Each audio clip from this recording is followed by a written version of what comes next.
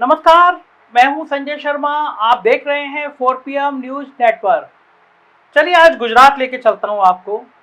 गुजरात की राजनीति के कुछ ऐसे पहलू बताऊंगा जो आपने आज से पहले कभी कहीं सुने नहीं होंगे।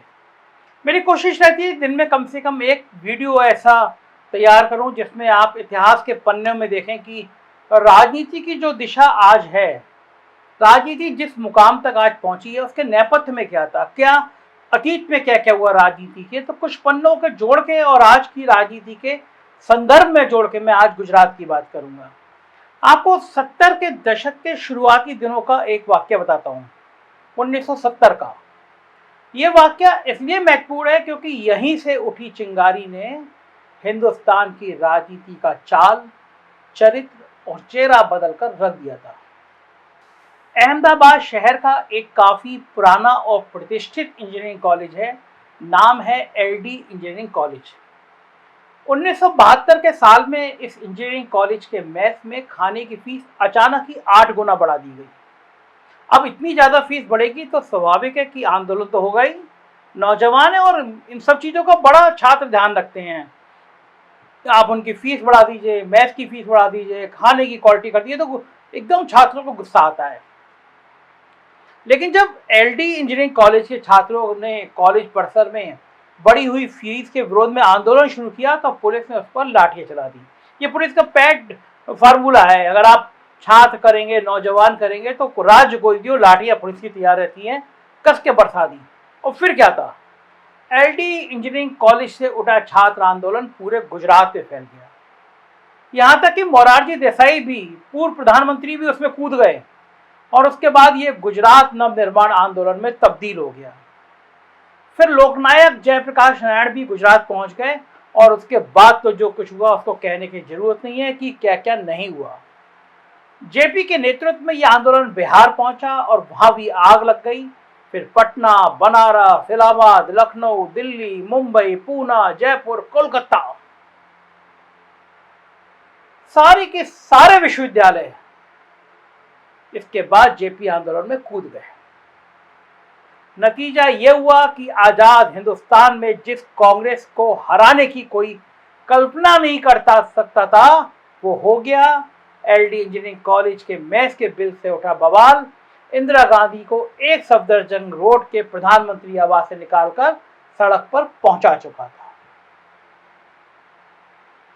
तकरीबन आधी सदी के बाद जब उसी अहमदाबाद शहर में एक मुख्यमंत्री, एक ऑटो चालक उसके घर पे खाना खाने की भी कोशिश करता है तो एक बार फिर गुजरात पुलिस उसके आड़े में आती है, उसके सामने खड़ी हो जाती है और फिर बवाल शुरू हो जाता है।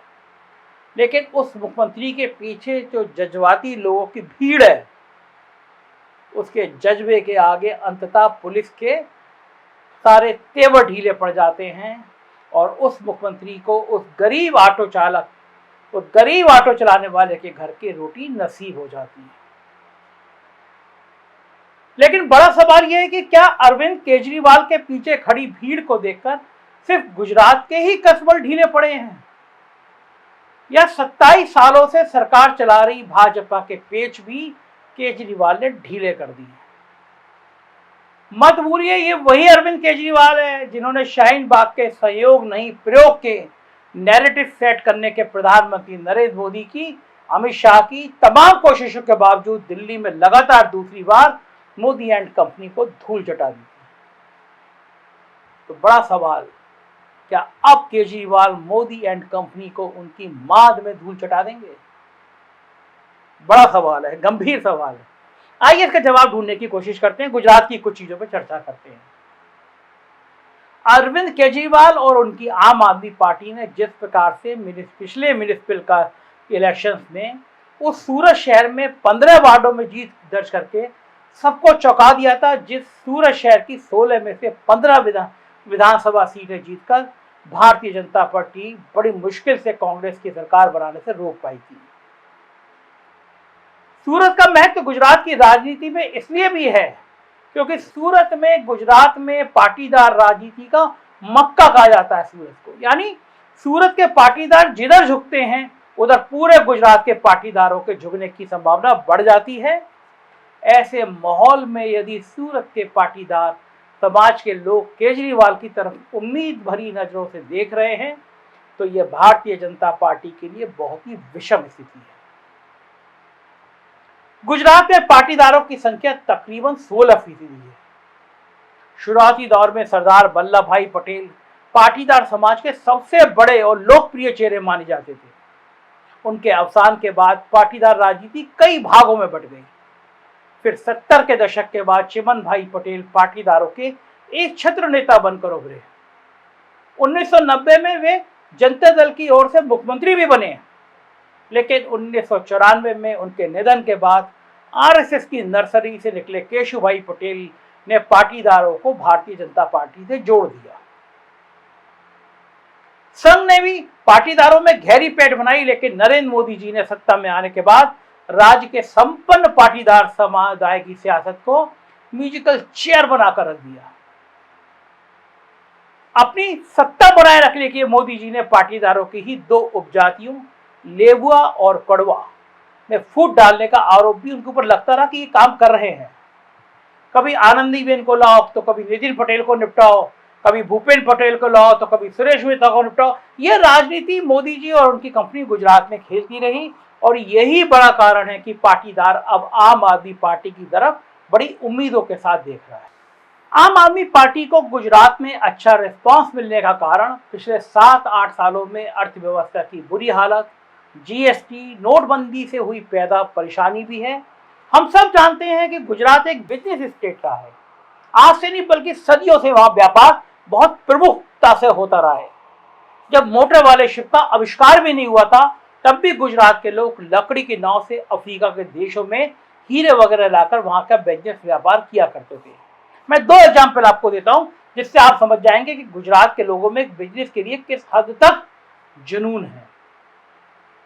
आज से 130 साल पहले महात्मा गांधी जी जब अफ्रीका गए थे तो वो एक गुजराती व्यापारी अब्दुल्ला के मुकदमे को लड़ने के लिए गए थे।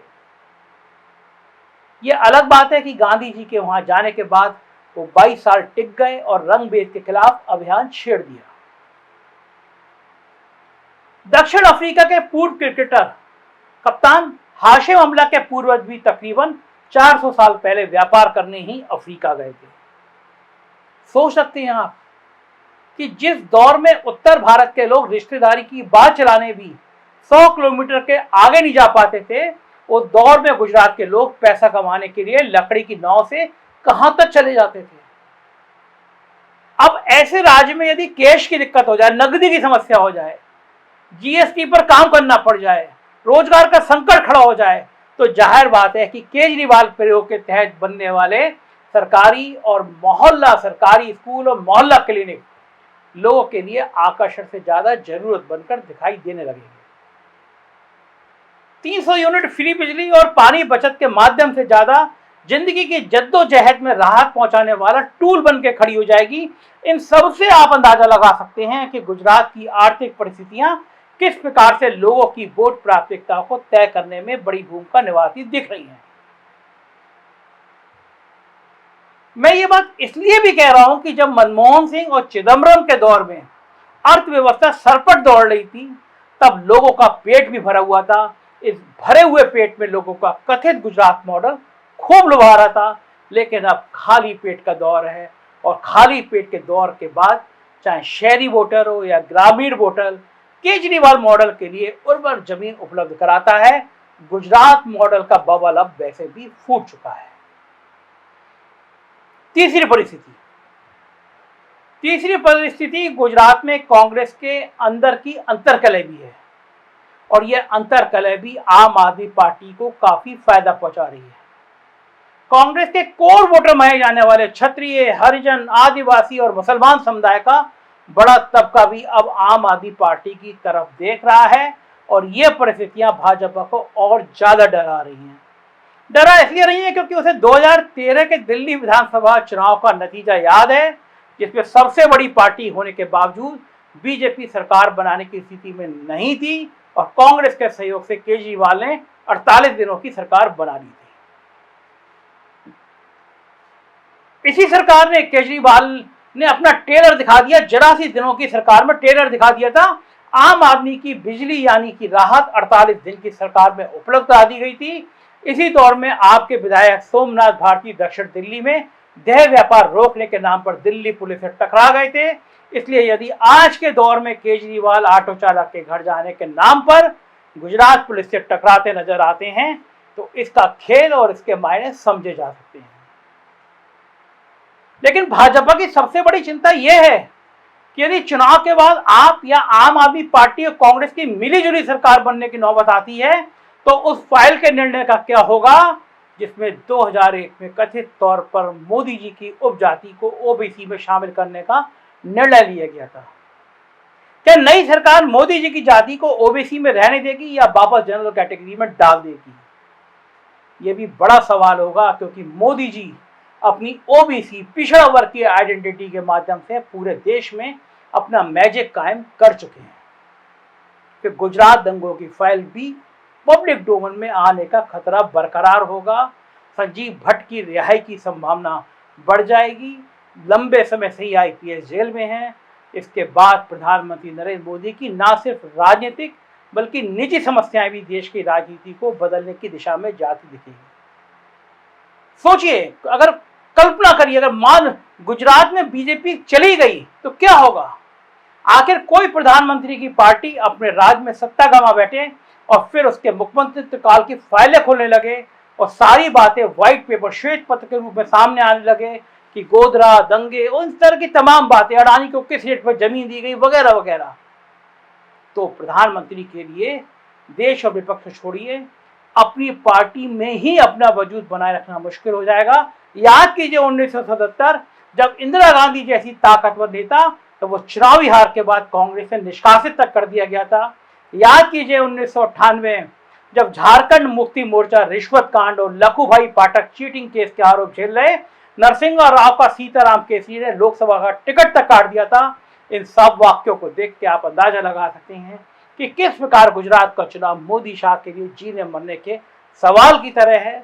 इसलिए प्रधानमंत्री अमित शाह दोनों चाहते हैं कि गुजरात में कुछ भी हो, केजरीवाल को तहस नहस किया जाए, शराब कांड, सीबीआई, ईडी जिसका भी इस्तेमाल किया जाए, केजरीवाल को रोका जाए, क्योंकि आम आदमी पार्टी गुजरात में बहुत तेजी से खेल बिगाड़ने में लगी है।